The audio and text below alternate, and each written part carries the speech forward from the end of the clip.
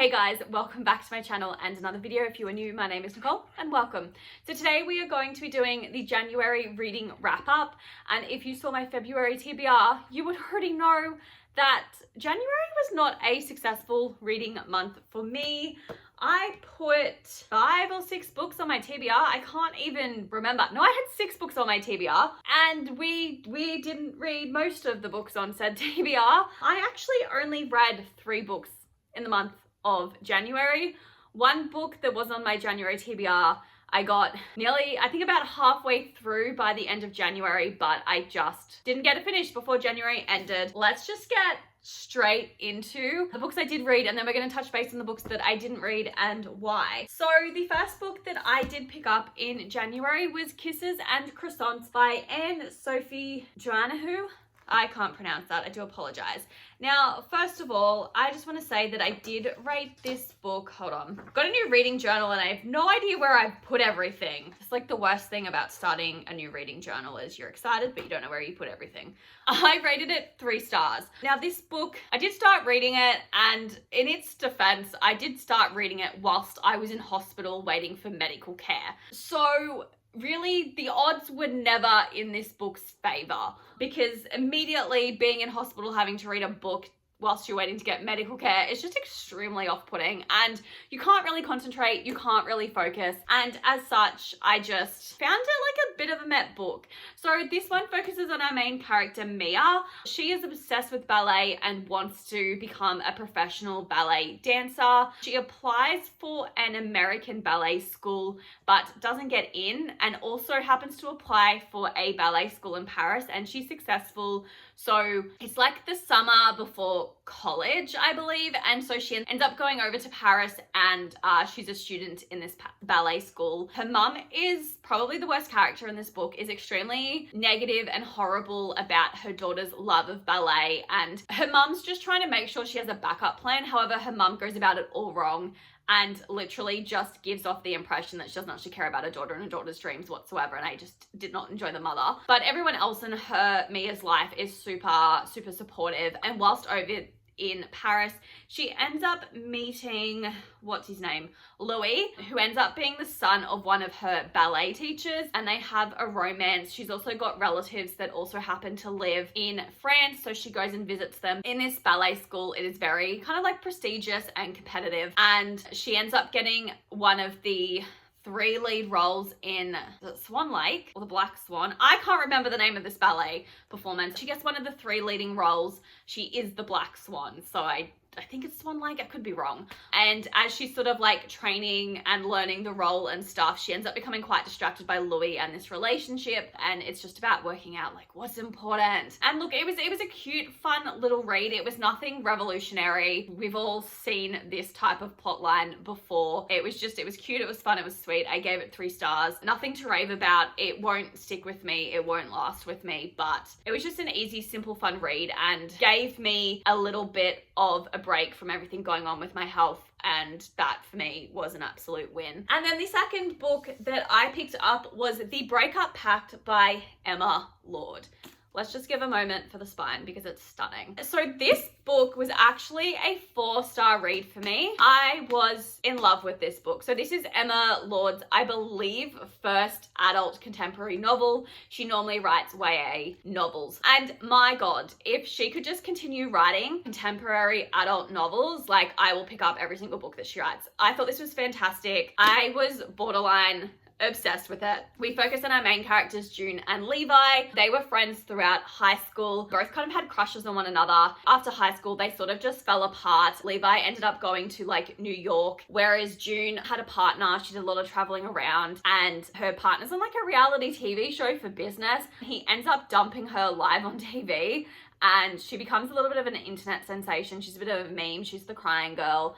And she's also currently running her sister's tea shop, and her sister has passed away, sadly, a couple years before the events of this book. Her younger brother is engaged and she's helping to plan the wedding, and Levi ends up coming to town after it's revealed that his like girlfriend, who's in real estate, I believe, or something similar, like interior designing, something like that. Yeah, she cheats on him with a famous movie star, and they also become a little bit of an internet meme. A photo of June and Levi gets taken, and the internet kind of dubs them the revenge exes, and there's this whole thing about how they're getting back together, sort of like revenge for their famous exes. And the book's just basically about them reconnecting, figuring out what kind of went wrong after high school, and helping to plan her brother's wedding, whilst also trying to work out how she's going to keep her sister's dream and business afloat because it's currently not doing very well. And I just thought that this was cute, this was fun, it was everything I wanted pretty much in a contemporary novel. My only complaint with this novel is that I wanted to know how April died. Like, maybe that makes me morbid, but if you tell me that a character's died and you're gonna bring her up often and mention her often and the fact that she's passed away often,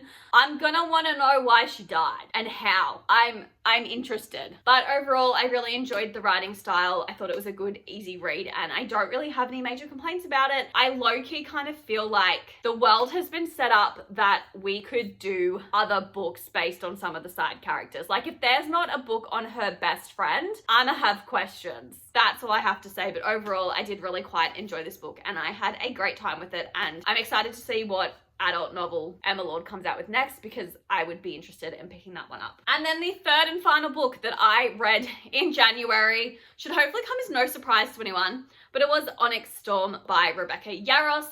For anyone who's unaware, this is the third book in the Fourth Wing series by her, and this book was my first 5-star read of 2025. Are we surprised?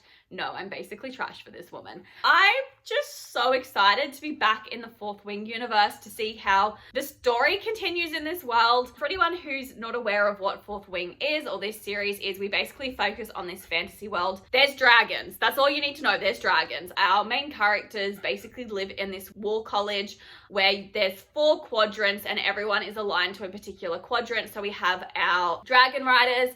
We then have like our scribes, and they're like your literary people. Then do we have like the army? And then there's another group, the infantry, is that the army? I don't know. And our main character, Violet, is a dragon rider. She's in like her 3rd year of this war college, and there's basically these villains called the Vanine, and they can basically draw power from the earth, and they have like red eyes. They're creepy like little vampires, and they're basically just fucking shit up in the world. And this book just continues on the story. There's not a whole lot I can say because I don't want to spoil it for anyone that hasn't read Fourth Wing or Iron Flame, but I definitely don't want to say anything for anyone that hasn't had a chance to pick up Onyx Storm yet, except that I loved it. It felt like to me that it was obvious that this is a filler book, and there's meant to be like 5 or so books in this series. Even though it was a filler book, I still loved it. I still thought it was great. I think in a 5-book series you need to have filler books, and I don't take that away from the book because I still really loved it. Also, just wanted to say, has Fourth Wing always been this funny, or did we just get extra funny in this book? Like, I was laughing out loud so many times in this book, it was ridiculous. All I have to say is Riddoch is amazing. Like, 10 out of 10. He was the standout character in this book for me. He's just a sassy, funny motherfucker, and I am absolutely here for it. He was the highlight of this book. And Dara, freaking hilarious too. I'm loving our sassy little teenage dragon. I feel like the other books were smuttier. I still have like so many questions, and I'm not going to say anything else because I don't want to spoil for anything for anyone, but yeah, I thought this was a fantastic read. I had an absolute blast with it, and so sad that we have to wait for the next book, whenever that's going to be. Probably 2027, unless it's late 2026, but I don't feel like that's going to be the case. If you haven't read it and you really like dragon books, love of God, please just pick up Fourth Wing. In my opinion, it's worth the hype.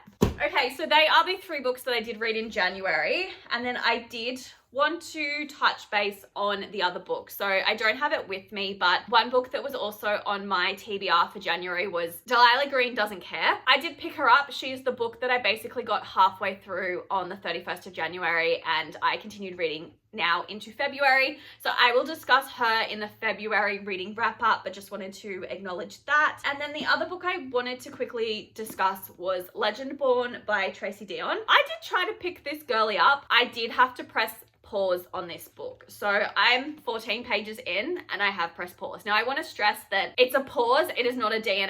DNF is a did not finish and I have no intention of coming back. She is a pause because this book, for anyone who doesn't know, the main character's mother is literally dead within the first couple of pages, and it's about her as a teenager kind of dealing with the grief, and there's like fantasy shit going on essentially. And I started reading this book right when my health was I guess at its worst, at its most unknown. And I, at one point, was convinced that I was going to die. I wasn't, I'm just dramatic. So for me, reading this book was just bad timing. I want to say that the 14 pages that I have read, the book seems to be written beautifully, and I am interested. But yeah, so because of like my health stuff going on mentally, was not in a place to pick up this book. And that is purely the reason why I've pressed pause on it. But yeah, I just wanted to address that I have started her. I can understand why people really like this book, and I can see that it's really well written and beautifully written, and I do feel like I'm going to enjoy this book. And then the other two books that I didn't even get close to picking up was A Study in Drowning by Ava Reid and also The Glass Spare. These were two fantasy novels. Just with everything going on with my health, I made the decision that I need to be reading fun, easy, contemporary reads. So as such, these two didn't get picked up. So they're going to go back onto my TBR card, and we're going to return to them later on in the year. I definitely want to read A Study in Drowning because it sounds amazing. Also, it's one of the books that I purchased last year, and I do not want to carry it into 2026. So yeah, just wanted to address that I didn't pick these two books up. So guys, that is my reading wrap up for January. Like I said, it has been like the least successful month for me since I've started tracking my reading. I just want to say like that's totally cool. Like I'm not upset. Like me last year would have been so mean to myself about only having read 3 books. And this year I genuinely just don't care because my health is far more important. And if I just can't sit down and read a book, I'm not going to sit down and read a book, and that's okay. This year is all about having healthy, realistic reading goals. We're going to normalize just reading 1 book a month if that's all you can read, because this whole reading 10 or more books a month thing is just insane. And how the fuck do you remember anything that's gone on in those books? I read 3 and I was struggling to remember what went in the books. But anyway, guys, I'm going to end this video here, but I hope you guys did enjoy it, and I will see you guys in my next video. Bye!